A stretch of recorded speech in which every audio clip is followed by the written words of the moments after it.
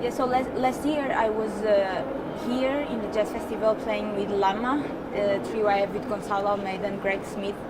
And this is a little bit different kind of project that I will be presenting this year with Torbjörn Zetterberg. We will play basically improvised music. And what about the impact of different forms of music? So all the music I have been listening, of course, it shaped a bit my approach to the music and to the sounds that trumpet should or can sound like. And I guess I'm influenced by a lot of different styles of music. And I guess I bring it all to my trumpet playing. So I met Torbjörn last year on a jazz festival in Portugal, where I was playing actually with Lama. And in December last year we got together in Sweden.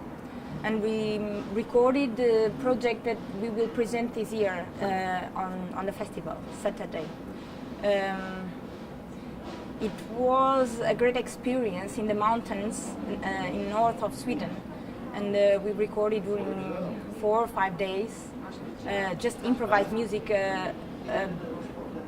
inspired on all this environment, the snow and the mountains, the cold, and it was it was a great experience, and I hope that people will enjoy it. So expectations for Saturday's concert. I try not to have expectations or have as less as possible. Expectations are not that good.